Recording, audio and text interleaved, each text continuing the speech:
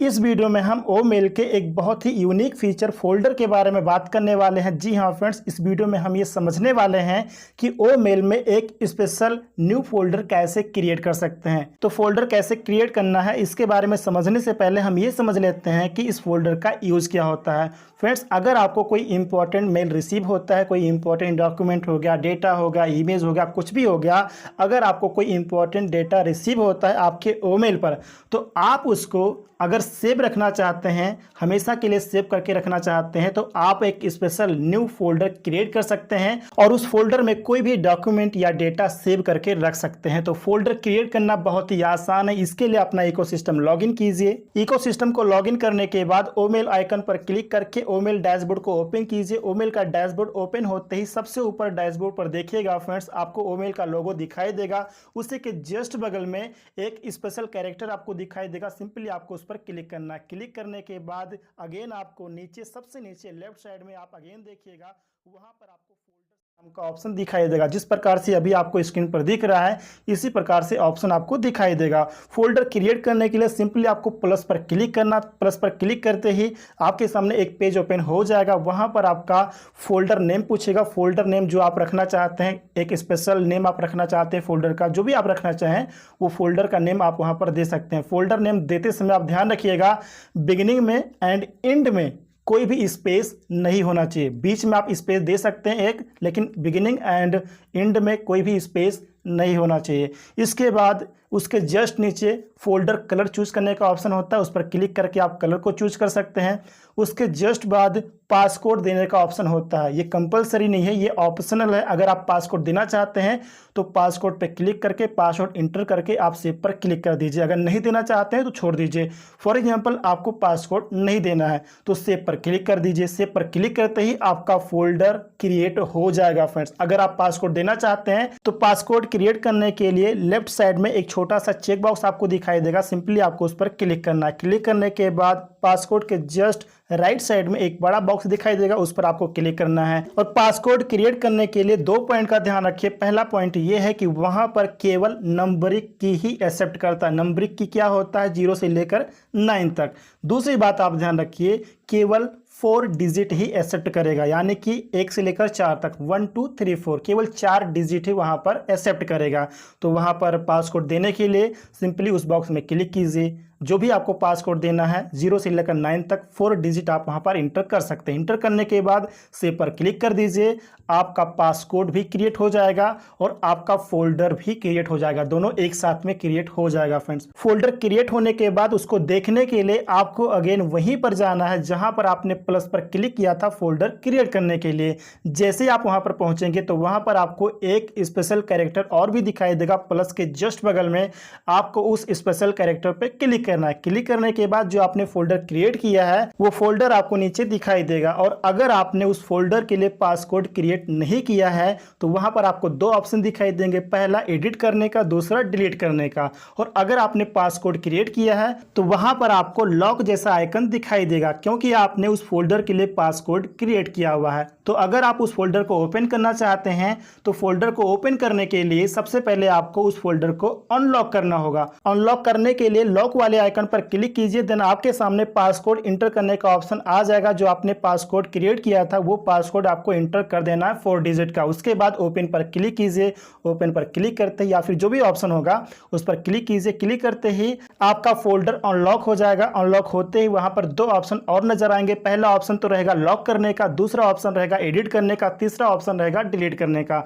अगर आप उस फोल्डर को अगेन लॉक करना चाहते हैं तो सिंपली लॉक वाले आइकन पर क्लिक कीजिए। ऑटोमेटिकली आपका फोल्डर लॉक हो जाएगा। उसी के जस्ट बगल में एडिट का ऑप्शन है, एडिट पर क्लिक कीजिए। एडिट पर क्लिक करने के बाद आपके सामने एक पेज आ जाएगा।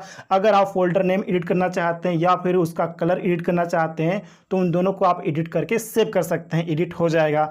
एडिट करने के बाद अगर आप उस फोल्डर को डिलीट करना चाहते हैं तो डिलीट वाले आइकन पर क्लिक कीजिए। देन यस पर क्लिक कीजिए। यस पर क्लिक करते ही आपका फोल्डर डिलीट हो जाएगा। और अगर आप फोल्डर को ओपन करना चाहते हैं तो ओपन करने के लिए जहां पर आपको ये तीनों ऑप्शन नजर आते हैं, लॉक करने का, एडिट करने का, डिलीट करने का, तो वहीं पर आपका फोल्डर का नेम लिखा रहता है। तो जो फोल्डर का नेम लिखा हुआ है उसी नेम पर आप क्लिक कर दीजिए। क्लिक करते ही आपके सामने डैशबोर्ड पर वो फोल्डर ओपन हो जाएगा।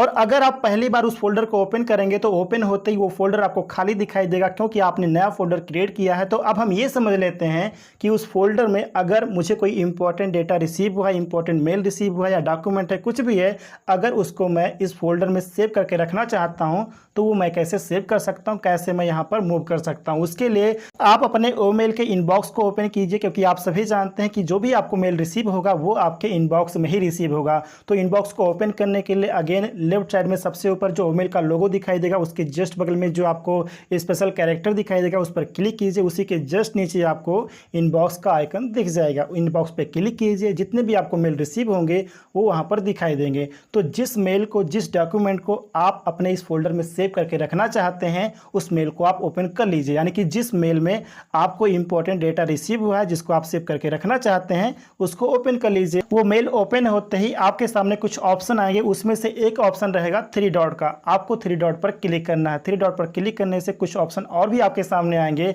उसमें से लास्ट ऑप्शन रहेगा कॉपी एंड मूव। आपको उस पर क्लिक कर देना। क्लिक करते ही आपके सामने एक नया पेज ओपन हो जाएगा। वहां पर सबसे ऊपर फोल्डर क्रिएट करने का ऑप्शन होगा। अगर आपने फोल्डर नहीं क्रिएट किया है तो आप वहां पर भी क्लिक करके नया फोल्डर क्रिएट कर सकते हैं। और नीचे आपको वो फोल्डर दिखाई देगा जिस फोल्डर को आपने क्रिएट किया है। तो अगर आप उस फोल्डर में उस डॉक्यूमेंट को मूव करना चाहते हैं, सेव करके रखना चाहते हैं, तो उस फोल्डर पर सिंपली आप क्लिक कर दीजिए, मीन्स टच कर दीजिए। टच करने के बाद आप कॉपी पर क्लिक कीजिए। कॉपी पर अगर आप क्लिक करते हैं तो भी आपका ये इंपॉर्टेंट मेल इस फोल्डर में कॉपी होके आ जाएगा। और अगर आप मूव पर क्लिक करते हैं तो भी आपका वो इंपॉर्टेंट मेल उस फोल्डर में ऑटोमेटिक मूव हो जाएगा। और अगर आप ये देखना चाहते हैं कि जिस मेल को आपने कॉपी किया है वो मेल इस फोल्डर में आया है कि नहीं आया है, तो उसको देखने के लिए सिंपली आप उस फोल्डर को ओपन कर लीजिए। ओपन कैसे करना है उस फोल्डर को आप सभी जानते हैं। अगेन आप फोल्डर के पास आइए, जहां से आपने फोल्डर क्रिएट किया था उसके बगल में जो स्पेशल कैरेक्टर उस पर क्लिक कीजिए। क्लिक करते ही आपके सामने फोल्डर का नेम दिखाई देगा, फोल्डर पर क्लिक कीजिए। फोल्डर आपके सामने ओपन हो जाएगा। आपने जो मेल यहाँ पर कॉपी किया था, जो मूव किया था, वो आपके सामने दिखाई देगा। उस पर क्लिक करके ओपन कर सकते हैं। ओपन करके आप सब कुछ देख सकते हैं। तो इस प्रकार से किसी भी इंपॉर्टेंट मेल, डेटा, डॉक्यूमेंट को कॉपी करके एक स्पेशल फोल्डर में सेव करके रख सकते हैं। और लास्ट में एक इंपॉर्टेंट पॉइंट आपको और भी बता दूं फ्रेंड्स कि अगर आपने फोल्डर के लिए पासकोड क्रिएट किया हुआ है और अगर आप उस पासकोड को रीसेट करना चाहते हैं तो रीसेट करने के लिए आपको ओमेल के सेटिंग में जाना होगा। सेटिंग में जाने के लिए सबसे ऊपर लेफ्ट साइड में जो ओमेल का लोगो है उसके बगल में जो स्पेशल कैरेक्टर उस पर क्लिक कीजिए। क्लिक करते ही नीचे आपको उसी के जस्ट नीचे सेटिंग का आइकन दिखाई देगा, उस पर क्लिक कीजिए। उस पर क्लिक करने के बाद सेटिंग का पूरा पेज आपके सामने ओपन हो जाएगा। उस पेज पर आपको कुछ ऑप्शंस नजर आएंगे, उसमें से एक ऑप्शन रहेगा फोल्डर लॉक रीसेट। उस पर आपको क्लिक करना है। क्लिक करते ही एक पेज आपके सामने और भी आ जाएगा, वहां पर रीसेट पासवर्ड का ऑप्शन होगा, उस पर आपको क्लिक करना है। क्लिक करते ही एक बॉक्स आपके सामने ऊपर आ जाएगा, उसमें आपको जो पासकोड देना है, नया पासकोड जो भी आपको क्रिएट करना है 4 डिजिट का, तो 4 डिजिट आप वहां पर नया पासकोड इंटर कर दीजिए। इंटर करने के बाद अपडेट पासकोड पे क्लिक कर दीजिए। क्लिक करते ही उस फोल्डर के लिए नया पासकोड क्रिएट हो जाएगा। और अगर आप उस फोल्डर का पासवर्ड भूल जाते हैं तो भूलने के बाद भी ये ऑप्शन आपके लिए बहुत ही काम आएगा कि आप यहां पर पासवर्ड को रीसेट करके न्यू पासवर्ड क्रिएट कर सकते हैं। तो इस प्रकार से फ्रेंड्स आप बहुत ही आसानी से ओमेल में फोल्डर ऑप्शन को, फोल्डर फीचर को बहुत ही आसानी से यूज कर सकते हैं। उम्मीद करता हूं कि ये पॉइंट आप सभी को काफ़ी अच्छे से समझ में आ गया होगा एंड ये वीडियो भी आपके लिए काफ़ी ज़्यादा इन्फॉर्मेटिव रहा होगा। वीडियो इन्फॉर्मेटिव रहा तो वीडियो को लाइक, शेयर एंड चैनल को सब्सक्राइब जरूर कर लीजिएगा।